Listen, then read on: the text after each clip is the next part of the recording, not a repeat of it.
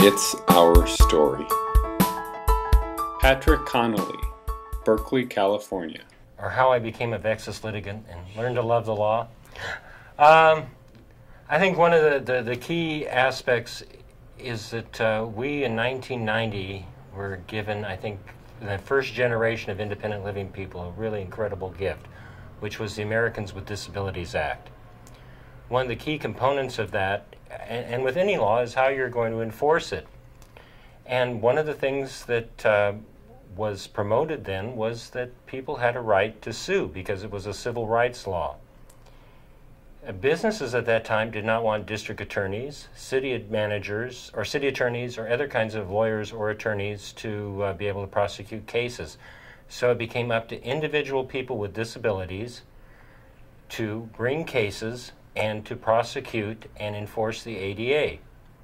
And study after study, project after project has shown that lawsuits are the only way that people with disabilities have been able to get their rights. Now we have in this country a business climate that is not very pro-business even. It's a very corporate kind of thing.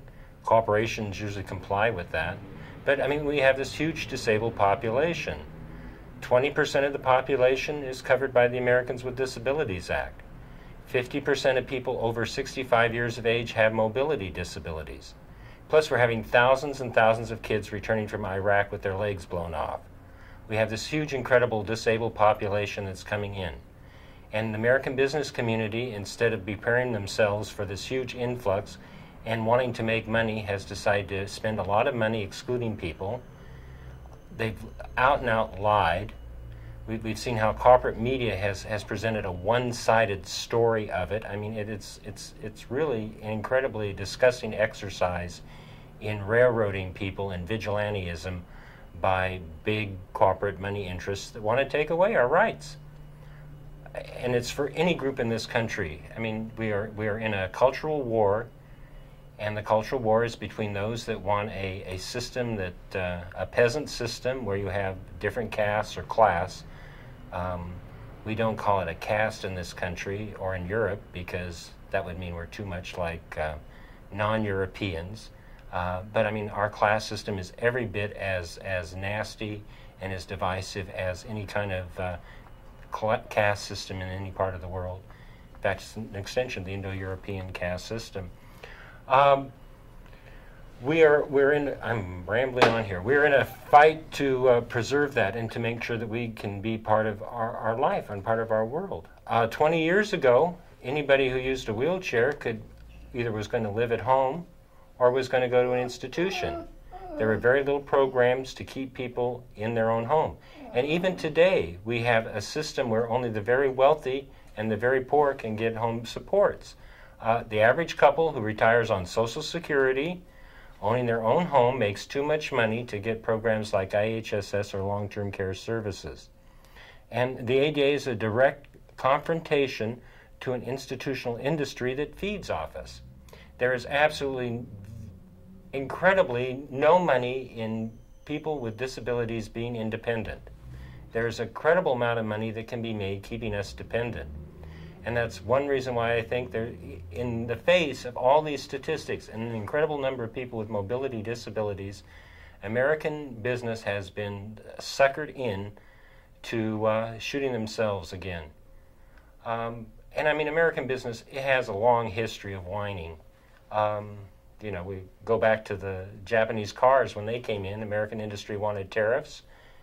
They got tariffs, and instead of being competitive with Japanese cars, they raised the price of American cars. Now we have very few cars manufactured in this country, or American-owned cars. I mean, most of them are multinational corporations.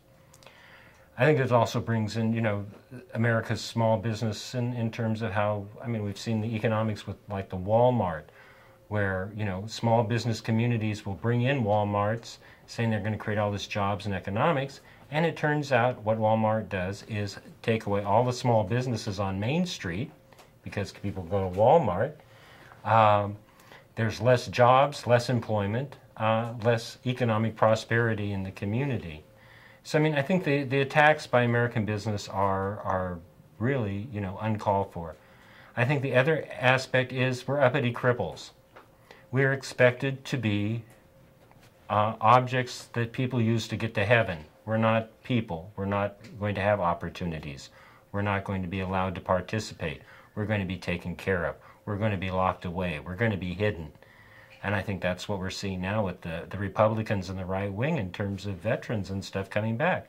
They're going to give them a parade. Everybody's going to support their troops, and we'll give them a parade and then we'll lock them up. I mean, the states that the states that are so pro-war seem to be the ones that are the worst. We saw how lack of enforcement of the ADA in terms of Katrina and Rita actually cost people their lives. People could not get out. There was no accessible buses, transportation, other kinds of things. People died because people failed to obey the law. And we have right-wing judges now who are legislating. They're doing exactly what they blame the liberals to. They're making up laws as they go along. And they're really nasty, nasty people. I mean, I can't tell you how nasty these people are. You know, they never talk about the death threats. You know, our attorneys receive death threats. Attorneys have had to quit the Frankovich group because of death threats from people. Businesses lie. You can go in and take pictures. One business, we took pictures. They had no accessible restroom. They came in there, put in an accessible restroom, and said we didn't see it. Now, I think, you know, and it goes on and on. The It's Our Story project is a national effort to make disability history public and accessible. Visit us at www.itsourstory.org or on the It's Our Story project YouTube channel.